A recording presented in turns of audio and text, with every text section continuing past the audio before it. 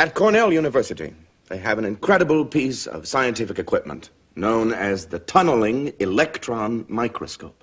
Now, this microscope is so powerful that by firing electrons, you can actually see images of the atom, the infinitesimally minute building block of our universe.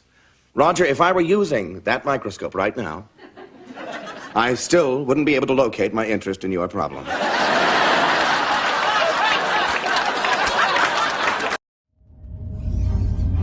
A long time ago, in a galaxy far, far away.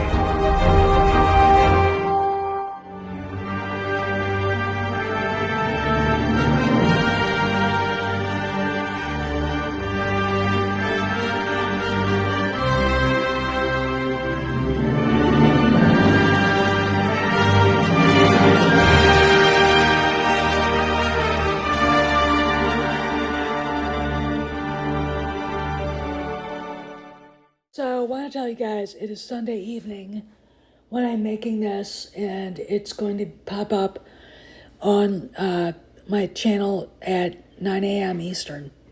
Anyway, this is Jeff Sneider of the Sneider. He used to be a Collider. Really nice professional guy. I actually enjoyed talking with him through email. I had trouble with his newsletter, and he was very much Johnny on the spot. He actually helped me himself. So I want to give him kudos for that.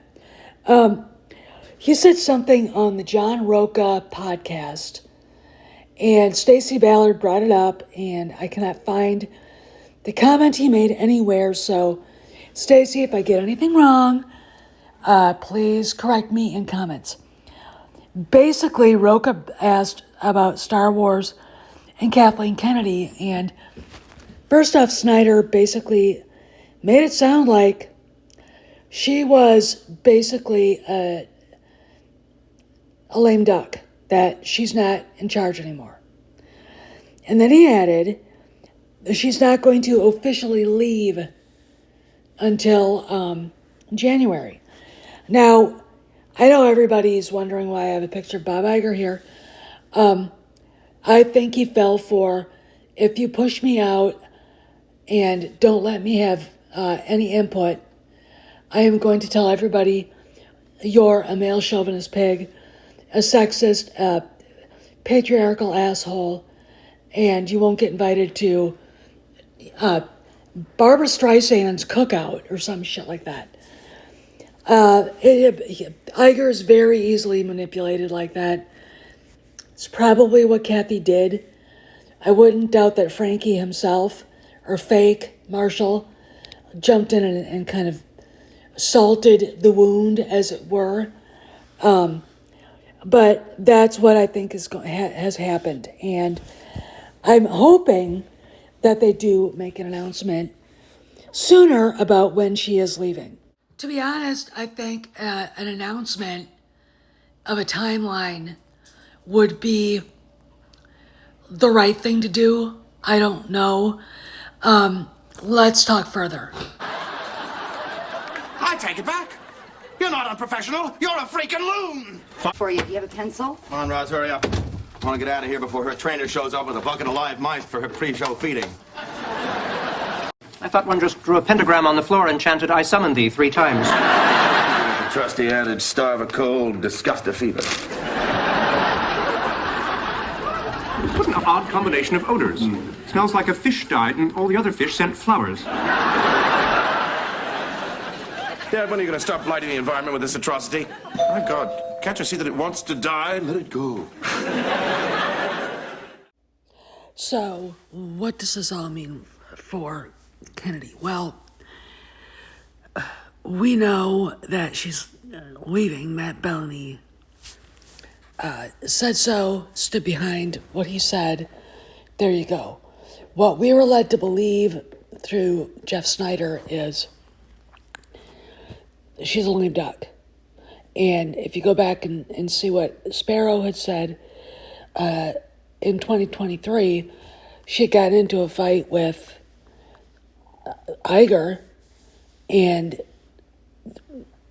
he had already sent 5 goons up to San Francisco, and she was a lame duck then. She lame ducked herself.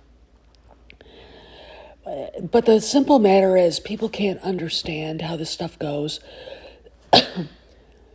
She probably threatened Iger with sexism. And in Hollywood, like I said, you could be the worst person in the world, but if you're not making money, you're not going to get fired because you're a woman who's got a mouth like she does. You're a gay man or a lesbian who has double things because homophobia and sexism can be brought out, or you're a minority, so racism. And Iger obviously is afraid of being called names like that. Okay, he is. So there you go. So what are we to believe? I believe, this is what I think. This is my speculation. She's out of the picture. She can say she's working with Bob and Alan Bergman on a Succession, but I think she's not there. I don't look. She's very good at lying about what's really going on. Remember the play date she said she set up between Favreau and Filoni without remembering that they have known each other for years, and John had done voiceover work for Clone Wars. He played Paz Vizsla, I believe. He did the voice for. So, she lies all the time. She lied to Daisy Ridley about the fake Rey movie, and that's what we have here. She was telling the Deadline interviewer a lie, and only to make herself look not in the bad spot she's in. Look like she's not in the bad spot, and she is in a bad spot. Okay. So let's go to the Rey novel. I guess it wasn't a comic book. Who gives a shit? Okay, who cares? And the reason why I say that is because there's a lot of garbage that is still in the pipeline. We've known this forever, and it's going to come out. It has to. There are contracts that need to be signed, and I'm sure the whole let's cancel it was put out there, and and Kennedy had a shit fit. The reason why is because it doesn't fit, her emperor's clothes thing. All right? It doesn't fit her emperor's clothes thing. And the fact that it makes she's trying to make what she created relevant, and it's not anymore. Look, when you walk into a Target and you see nothing, you don't even see any displays for toys anymore for Star Wars, and that's just not. And our Target, it's everywhere. I go and check it. I've seen it. I've gone to check it, and it's too bad. But this is the Kennedy legacy, and someday maybe Cameron will do it, write a book about it, about what happened, and it'll be a learning tool for people to not mess with something that wasn't broken to begin with. Okay, the argument about over the PT and being angry at George Lucas, that the PT didn't break Star Wars. The sequel trilogies did. Kennedy did, right? And Bob Iger, being the unaware person that he is, didn't realize what he was buying. And he left her as the head of Lucasfilm because The Force Awakens sadly made money.